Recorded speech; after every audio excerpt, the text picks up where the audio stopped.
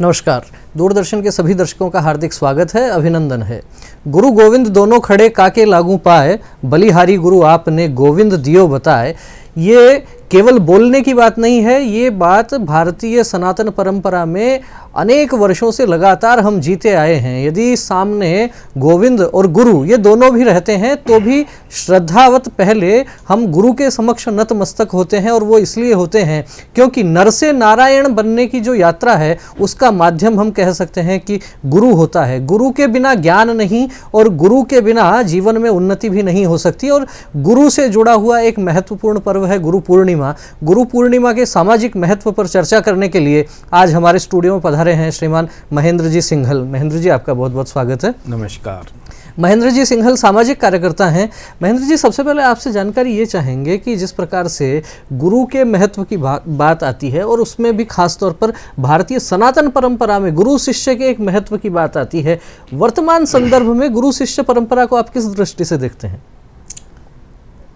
देखिए विवेकानंद जी, पहले तो मैं ये बताना चाहूँगा कि हमारी ये गुरु शिष्य परंपरा है, ये अनादिकाल से चली आ रही परंपरा है जी। श्री गुरु पूर्णिमा को हम आषाढ़ पूर्णिमा भी कहते हैं और व्यास पूर्णिमा भी कहते हैं। आषाढ़ पूर्णिमा का अर्थ यानी पूर्णिमा हमारे गुरु और आषाढ़ शिष्य। तो जिस प्रकार से आषाढ़ के माह में घनघोर काले बादलों के कारण से अंधेरा छाया रहता है, ऐसे ही व्यक्ति के जन्म जन्मांतरों की जो कर्मों की परत है वो जमी रहती है और उसमें गुरु एक चंद्रमा की तरह चमकता है। इसलिए कहा है कि गुरु है वो पूर्णिमा है और आषाढ़ है वो शिष्य है। तो इसलिए और ये परंपरा हजारों सालों से हमारे यहाँ चली आ रही है। यदि वर्तमान संदर्भ में हम इसको देखेंगे तो आज भी चाहे कम मात्रा में हो, लेकिन कुछ शिक्षाएं ऐसी हैं जो वर्तमान में भी इसी गुरु शिष्य परंपरा के अनुसार चली आ रही हैं जी। जैसे हम देखते हैं ये संगीत के राजघराने, कलाओं का जो क्षेत्र है, आज भी वहाँ गुरु शिष्य परंपरा के रूप में वो शिक्षाएं चली आ रही हैं। हालांकि एजुकेशन शिक्षा के अंदर बहुत बड़ा परिवर्तन हुआ है। वहाँ गुरु के स्थान शिक्षक अध्यापक ने ले लिया, सर ने ले लिया, मैडम ने ले लिया जी। तो भावों का शब्दों का अपना एक महत्व होता है।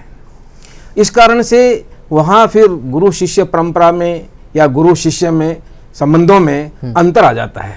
महेंद्र जी, इसी चर्चा को हम लेकर जाएंगे इस ओर। जैसे आपने चर्चा की कि गुरु और शिक्षक की बात आई, एक दौर था जब शिक्षा गुरुकुल में ली जाती थी और उसके बाद भी काफ़ी लंबे समय तक जो विद्यालयों में भी विद्याध्ययन होता था, वहाँ भी जो पढ़ाने के लिए आते थे उनको गुरुजी बोला करते थे। लेकिन आज के दौर में यदि हम नए विद्यार्थियों की बात करते हैं तो गुरुजी शब्द ये भी कहीं ना कहीं हम कह सकते हैं कि लुप्त होता जा रहा है।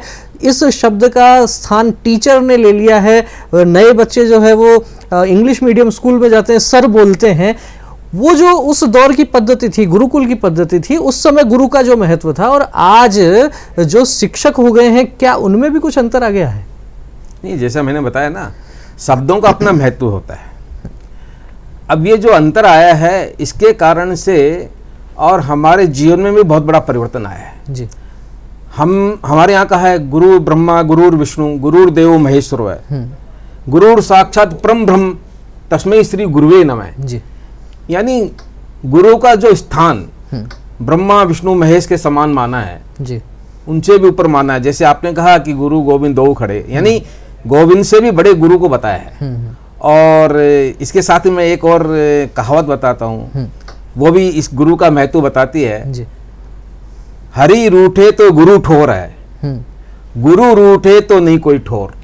यानी यदि भगवान रूठ जाएंगे तो हमारे पास गुरुजी है मार्ग दिखाने के लिए, रास्ता दिखाने, लेकिन यदि गुरुजी नाराज हो गए तो फिर कोई रास्ता नहीं है। तो आपने कहा कि ये जो परंपरा चली आ रही थी जी, तो इस परंपरा में जो ये अंतर पाश्चात्य जो सभ्यता और संस्कृति के कारण से जो अंतर आया, उसकी वजह से गुरु और शिष्य में जो संबंध थे, बताते हैं कि गुरु और शिष्य का संबंध ऐसा होता है जैसे भगवान और भक्त का होता है। गुरु पे अटूट विश्वास, श्रद्धा, ये प्राथमिक शर्तें हैं, गुरु के प्रति श्रद्धा होना, उनके प्रति विश्वास होना। लेकिन आज धीरे धीरे करके जो हमारी शिक्षा पद्धति, जो मैकाले की शिक्षा पद्धति है, जो एक योजनाबद्ध तरीके से लाई गई थी, उस योजनाबद्ध तरीके से लाने के पीछे उद्देश्य ये था कि भारतीय बच्चों में भारत के प्रति जो भाव है उसको समाप्त किया जाए, उनको उनकी जड़ों से खत्म किया जाए। तो आज हम देखते हैं, आज के नए बच्चों को आप कहेंगे कि गुरु पूर्णिमा है, अपने गुरुजी का वंदन करिए, तो वो हंसेंगे आप पर। ये कौन सी परंपरा आ गई, उनको ध्यान ही नहीं है। इसलिए इस ध्यान को लेकिन फिर भी जैसे मैंने कहा, भारत के अंदर हजारों वर्षों से ये परंपरा चली आ रही है और अभी भी वर्तमान में भी बहुत सारे लोग अपने अपने गुरु को गुरु पूर्णिमा के दिन याद करते हैं, स्मरण करते हैं, उनके स्थान पर जाते हैं और उनकी वंदना करते हैं। इसी कारण से हम हजारों सालों से गुलामी में होते हुए भी और हम हमारी जड़ों को नहीं खो पाए, भूल नहीं पाए। तो वास्तव में ये कहा जा सकता है कि मैकाले की शिक्षा पद्धति के कारण केवल एक ही क्षेत्र ऐसा रहा हो कि जिसमें हमें कठिनाइयां आई हैं, ऐसा नहीं है। मैकाले की शिक्षा पद्धति के कारण समाज जीवन के विभिन्न क्षेत्रों पर प्रभाव पड़ा है और प्रभाव पड़ा है गुरु शिष्य परंपरा पर भी। जिस प्रकार की शिक्षा आज विद्यालयों में दी जा रही है, उसमें कहीं ना कहीं कह सकते हैं कि जो संस्कार गुरुकुल में दिए जाते थे, जो श्रद्धा और विनम्रता का भाव वहाँ होता था, उसमें भी कहीं ना कहीं कमी आई है, ये भी कहा जा सकता है। महेंद्र जी, इस चर्चा को आगे ले जाते हुए हम चर्चा ये करना चाहेंगे कि आज के इस दौर में शिक्षा तो सामान्य रूप से कॉलेज में, स्कूल में ये मिल ही जाती है। उस शिक्षा से इतर यदि हम बात करें तो भी क्या जीवन में गुरु के महत्व की, गुरु की अत्यंत आवश्यकता है? ये आपने विषय बहुत अच्छा उठाया। गुरु की आवश्यकता क्यों है? जैसे हमने कहा, आज जो अध्यापक और शिक्षा यानी एकेडमिक जो शिक्षा है वहां तक उसका संबंध रहता है। लेकिन मैं ये बताना चाहता हूं, पशु पक्षी और जानवर ये ऐसे हैं जिनको सिखाना नहीं पड़ता, ये स्वयं सीखते हैं। केवल मनुष्य ऐसा है जिसको सिखाना पड़ता है। और वो सिखाता कौन है? तो हम देखते हैं कि हमारे व्यक्तिगत जीवन में भी, सार्वजनिक जीवन में भी देखते हैं, प्रारंभ में जो सिखाया जाता है बच्चे को, वो माँ के द्वारा सिखाया जाता है। तो पहला गुरु माँ, पहला गुरु जो है वो माँ है जी। और मैं यहाँ और एक बात स्पष्ट करना चाहता हूँ, ये जो लोग भाषा का लेकर विरोध करते हैं कि ये मातृभाषा क्या है, इसकी शिक्षा को लेकर हम जब कहते हैं कि मातृभाषा में प्राथमिक शिक्षा होनी चाहिए, प्रारंभिक शिक्षा हमारी मातृभाषा में होनी चाहिए, उसके पीछे तर्क है। तो मैंने जैसा कहा कि प्रारंभिक शिक्षा माँ जो है बच्चे को बोलना सिखाती है, चलना सिखाती है, खाना कैसे खाया जाता है वो सिखाती है। इसके अलावा वो बच्चे को बांटकर खाना, यानी अकेला नहीं खाना, ये सिखाती है। वो जिस भाषा में सिखाती है उसको हम मातृभाषा कहते हैं जी। अब वो चाहे कोई भी भाषा हो सकती है, अपने क्षेत्रीय भाषाओं में कोई भी हो सकती है।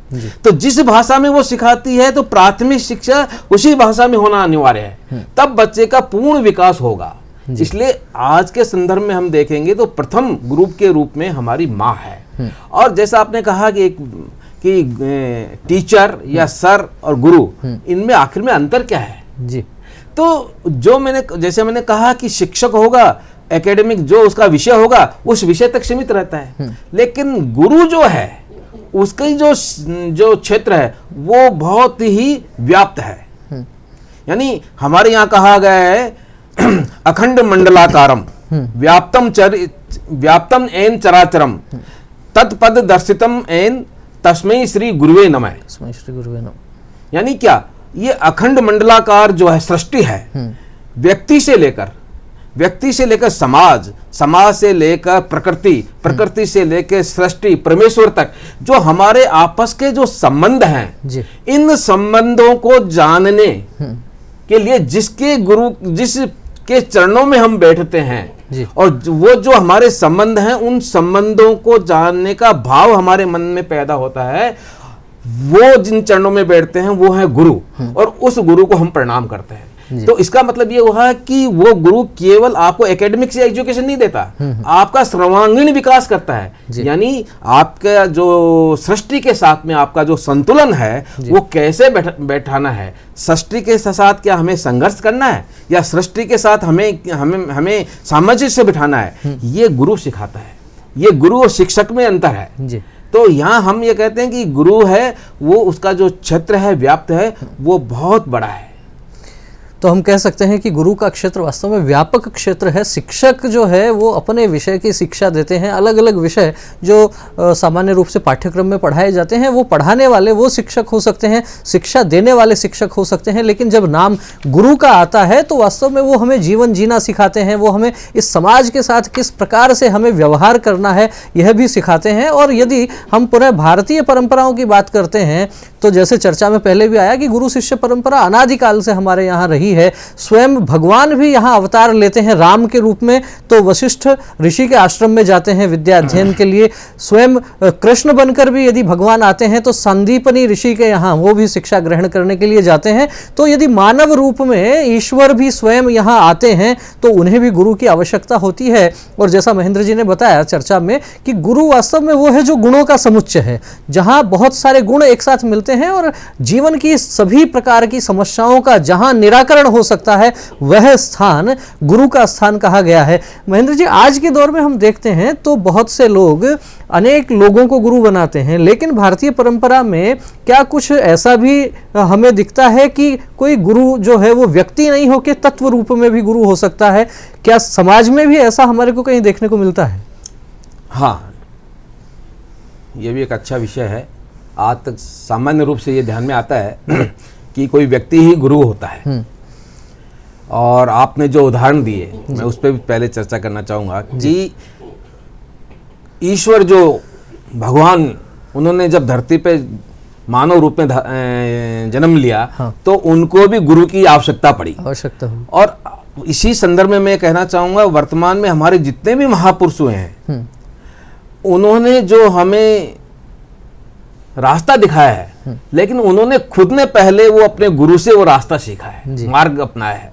अब चाहे हम उसमें विवेकानंद जी का और रामकृष्ण परमहंस जी का दे सकते हैं, छत्रपति शिवाजी, समर्थ गुरु रामदास का, जिन्होंने पूरा साम्राज्य ही उनकी झोली में डाल दिया था जी, तो उनको हम देख सकते हैं।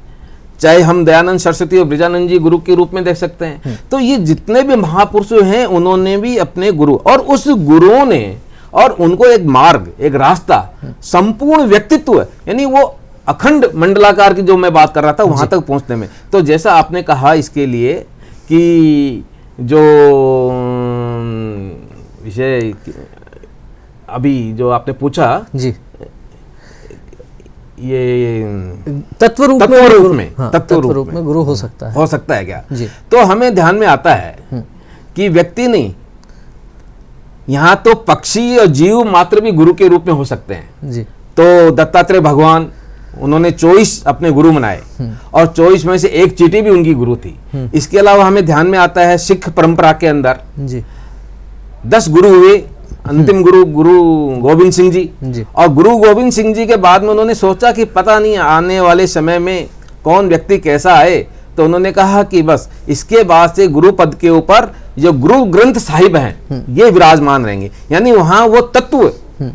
इसके अलावा हमने ये भी देखा है कि एक समाज के अंदर बहुत बड़ा संगठन राष्ट्रीय स्वयंसेवक संघ के नाम से है जी। उन्होंने भी गुरु किसी व्यक्ति को नहीं माना, वहां पे उन्होंने भी गुरु भगवा ध्वज को गुरु माना है जी। और उस तत्व को गुरु माना है जो आदि अनादि काल से चली आ रही परंपराओं में वो ध्वज, और वो कोई व्यक्ति के द्वारा निर्मित ध्वज नहीं है, वो प्राकृतिक रूप से जो रंग आया है और उससे जो ध्वज बना है उसको उन्होंने गुरु माना है। तो वहां पर तत्व को गुरु माना है। तो ऐसा संभव है कि व्यक्ति के स्थान पर तत्व भी गुरु हो सकते हैं।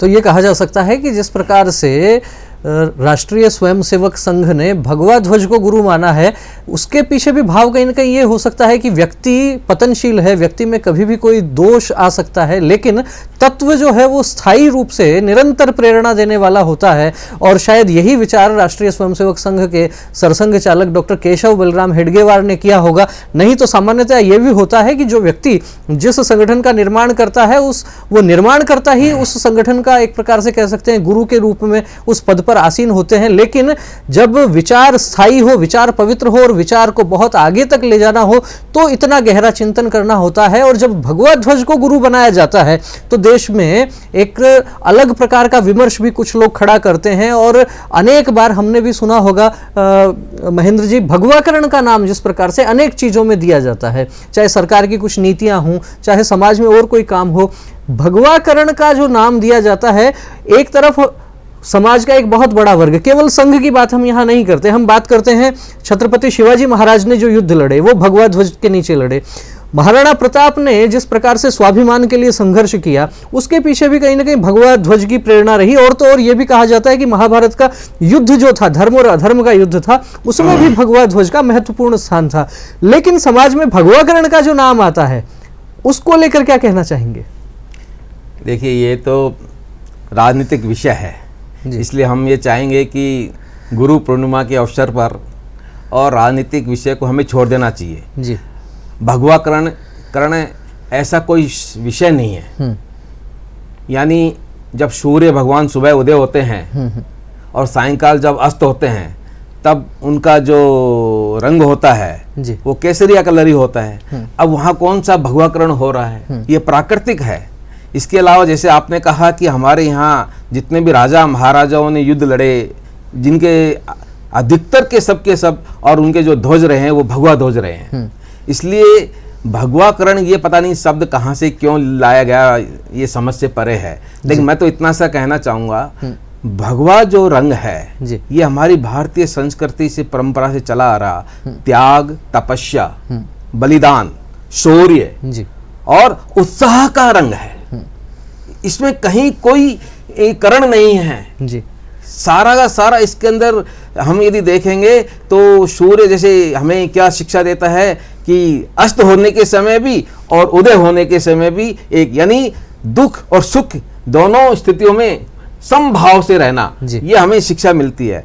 अग्नि में जब हम कुछ डालते हैं तो अग्नि की ज्वाला कैसे निकलती है? वही उस कलर की निकलती है, भगवा रंग की ज्वाला ही निकलती है। यानी नष्ट उसमें से जो हम कुछ डालेंगे उसको निखारने के लिए, और जो अग्नि जो निकलती हैं वो भी भगवा ध्वज की निकलती हैं। इसलिए मुझे तो कहीं ऐसा नजर नहीं आता इसमें करण है। ये केवल एक राजनीतिक शब्दावली है और इस शब्दावलियों से भी हमें बचना चाहिए। हमें तो सीधा सीधा जो हमारी प्राचीन परंपरा से चले आ रहे हैं उनको विषय को लेने में या उसके बारे में, उसके समर्थन होने में कहीं कोई बुराई नहीं है। तो वास्तव में ये भी समझा जा सकता है कि जिस विषय को लेके, जिस शब्द को लेके इतनी बड़ी राजनीति होती है, वास्तव में उसके मूल में कितनी बड़ी प्रेरणा है। और भगवा ध्वज के बारे में भी ये कहा जाता है कि यह शब्द भी भगवत ध्वज से शब्द बना है, जो भगवान का ध्वज है, जो ईश्वर का प्रतिनिधि है। एक प्रकार से ये कह सकते हैं जो जीवन को सदैव सकारात्मकता की ओर जाने की प्रेरणा देता है, ऐसा रंग भगवा रंग है। और उसे भी गुरु के रूप में पूजा जा सकता है। जिस प्रकार से महेंद्र जी आप चर्चा कर रहे थे गुरु पूर्णिमा की, गुरु पूर्णिमा पर यदि हम देखते हैं सामान्य समाज में बहुत बड़े बड़े आयोजन होते हैं और व्यक्ति दूर दूर से आते हैं, अपने गुरु की पूजा करने के लिए आते हैं, बड़े बड़े पंडाल लगते हैं, बड़े आयोजन होते हैं। क्या कहना चाहेंगे, गुरु पूर्णिमा के अवसर पर बहुत बड़े कार्यक्रम आवश्यक हैं या मन में एक प्रकार से हम कहें आत्म साधना का ये अवसर बन सकता है? देखिए, हमारे यहाँ पर दोनों प्रकार के और आयोजन होते हैं जी।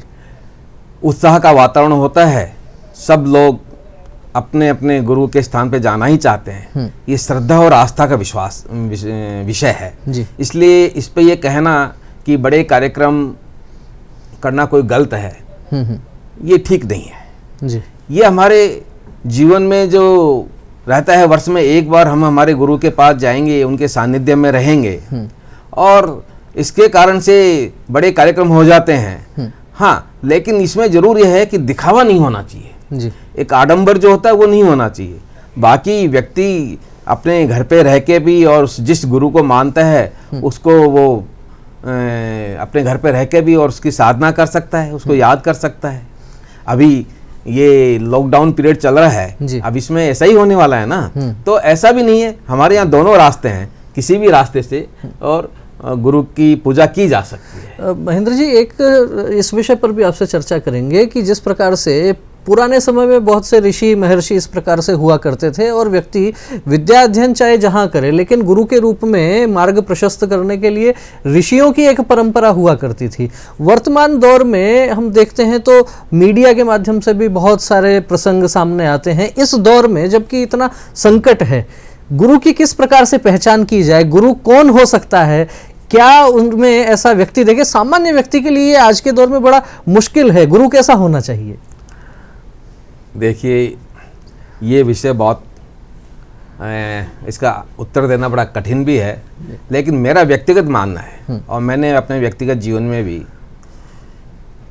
जब हम कभी कभी सामाजिक जीवन में देखते हैं, कई बार ऐसे विषय आते हैं तो मन में बड़ी व्यथा होती है। इसलिए मैंने तो ये निश्चित किया था कि मैं व्यक्ति को गुरु नहीं मनाऊंगा कभी जी। मैं किसी तत्व में विश्वास करता हूँ, उसी को गुरु मानता हूँ। ये निश्चित बात है कि गुरु बनाते समय बहुत सावधानी पूर्वक बनाना चाहिए। फिर भी जैसा आपने कहा कि व्यक्ति में स्खलन कभी भी हो सकता है, कभी भी आ सकता है जी। इसलिए ये संभावना तो रहती है, हमेशा ही रहती है। लेकिन फिर भी गुरु शब्द जो है वो इतना हल्का नहीं है, क्योंकि गुरु गु और रू से बना है, जो अंधकार से प्रकाश, गुरु का मतलब अंधकार से हो और रू का मतलब प्रकाश की हो जी। तो कहीं ऐसा उल्टा नहीं हो जाए कि हमारे चयन करते समय प्रकाश से अंधकार की ओर हमें ले जाए जी। तो ये जरूर सावधानी रखनी चाहिए गुरु का चयन करते समय कि हम और गुरु को थोड़ा सा संभल के और परख के बनाएं तो ज़्यादा अच्छा रहेगा जी। बाकी तो यदि हम किसी तत्व में भी विश्वास करते हैं तो तत्वों को भी हम गुरु मान सकते हैं। तो ये कहा जा सकता है कि यदि तत्व में विश्वास है तो तत्व को भी गुरु मान सकते हैं, प्रतीक रूप में भी गुरु मान सकते हैं। और हमारे यहाँ तो यह भी कहा गया है कि वसुदेव सुतम देवम कंस चाणूर मर्दनम देवकी परमानंदम कृष्णम वंदे जगत गुरुम। भगवान कृष्ण को भी जगत गुरु कहा गया है और भगवान कृष्ण के जीवन पर भी यदि हम ध्यान देते हैं तो पता लगता है कि जीवन में कितनी प्रकार की उनके समस्याएं आती हैं और उनका सहजता से मुस्कुराते हुए किस प्रकार से वो समाधान निकालते हैं। व्यक्ति के जीवन में भी जब समस्याएं आती हैं तो श्री कृष्ण का जीवन वो प्रेरणादायी इसी प्रकार से होता है कि हंसते हंसते उन सारी समस्याओं का निराकरण हो जाए, व्यक्ति तनाव में नहीं आए, डिप्रेशन में और स्ट्रेस में नहीं आए, जो कि आज के इस दौर में बहुत बड़ी समस्याएं हैं। महेंद्र जी, कार्यक्रम अंतिम चरण में है, आपसे ये भी जानना चाहेंगे कि गुरु पूर्णिमा पर वास्तव में आज हम ये चर्चा करना चाहेंगे कि जब न तो वो गुरुकुल वाली पद्धति रही है और शिक्षा पद्धति जब बदल गई है तो समाज में गुरु का महत्व जो पहले था वो पुनः किस प्रकार से स्थापित हो, किस प्रकार के प्रयास किए जाने की आवश्यकता है सरकार के स्तर पर, समाज के स्तर पर, कि गुरु का स्थान जो पहले था लगभग वही स्थान पुनः आ जाए। इसके लिए हमें शिक्षा पद्धति में बहुत आमूलचूल परिवर्तन करना पड़ेगा जी। और प्रारंभ अपने घर से करना पड़ेगा। बच्चों को ये अंतर तो समझाना ही पड़ेगा कि गुरु और टीचर, सर और मैडम, इनमें अंतर है जी। और यदि व्यक्तिगत जीवन में हम इस भवसागर से पार होना चाहते हैं तो इन एकेडमीज के जो गुरु हैं, जिनको हम शिक्षक कहते हैं, गुरु कहने पे वो अपने आप को अपमानित भी महसूस करते हैं जी। तो इसके लिए हमें कोई ना कोई गुरु जो जीवन को प्रकाश की ओर ले जा सके, और इसके लिए गुरु जो है उसका जो महत्व है वो हमारे अथर्ववेद में भी बताया गया है जी। अथर्व उसमें बताया है, आचार्यो मृत्यु वरुण सोम औषधे पे, यानी गुरु जो है वर्तमान, आप तुलना करिए जी कि गुरु को क्या स्वरूप बनाया उन्होंने, यानी गुरु को उन्होंने बताया है कि मृत्यु के समान, मृत्यु के समान गुरु है। यानी शिष्य के अंदर जो अहंकार, निराशा, जो अवगुण है, उन सब का विनाश करके और उनको उसको अमृत्यु की ओर लेके जाता है वो। तो इस प्रकार से हम गुरु जो है वो मृत्यु के समान भी है और गुरु वरुण के रूप में भी है। तो एक मटके की जो कहते हैं कि एक अच्छा मटका बनाने के लिए, स्वरूप देने के लिए कुम्हार क्या करता है, कुम्हार ऊपर से मटके को पीटता है और अंदर से हाथ लगाता है जी। तो इसी प्रकार से गुरु है, यानी जब वो पीटता है तो मृत्यु के रूप में है और जब वो सहारा देता है तो वो वरुण के रूप में, यानी वो अपने और प्रेम और स्नेह और सानिध्य से और शिष्यों को सींचता है। तो यहाँ पर ये मृत्यु और वरुण का उदाहरण कुम्हार का जो मटका है उससे स्पष्ट होता है। इसके अलावा गुरु है वो सोम के समान, यानी चंद्रमा अपनी शीतल जो रश्मियां होती हैं उससे सबको प्रदान करता है, ऐसे ही गुरु भी और अपने सभी शिष्यों को उस अमृतत्व का रसपान करवाता है। तो चंद्रमा के समान गुरु को बताया है। इसके अलावा गुरु को औषधि के रूप में भी बताया गया है कि जिस प्रकार से वेद है वो औषधि देकर ठीक करता है, ऐसे ही गुरु के जो शब्द हैं या गुरु की जो उपस्थिति है वो औषधि के समान है, यानी उसकी उपस्थिति ही औषधि के समान है। इस प्रकार से औषधि के रूप में गुरु को अथर्ववेद में बताया गया है। इसके अलावा अंत में उसको कहा है कि वो पीने योग्य है, पेय, यानी वो पीने, गुरु पीने योग्य है।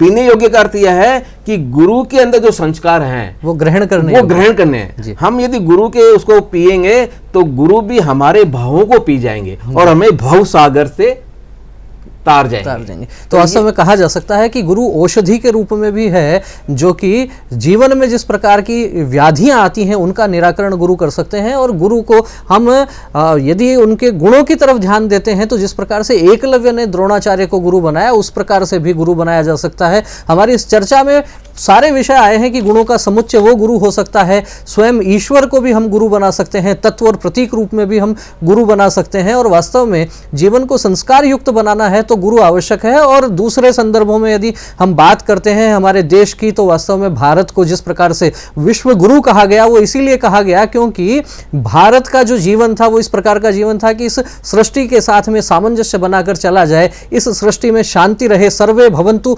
सुखिनः का भाव, ये भाव भारत की भूमि से ही विश्व में गया है। शायद इसीलिए भारत को विश्व गुरु कहा गया है। आज गुरु पूर्णिमा के सामाजिक महत्व पर चर्चा करने के लिए महेंद्र जी आप हमारे स्टूडियो में पधारे, आपका बहुत बहुत धन्यवाद। नमस्कार। नमस्कार।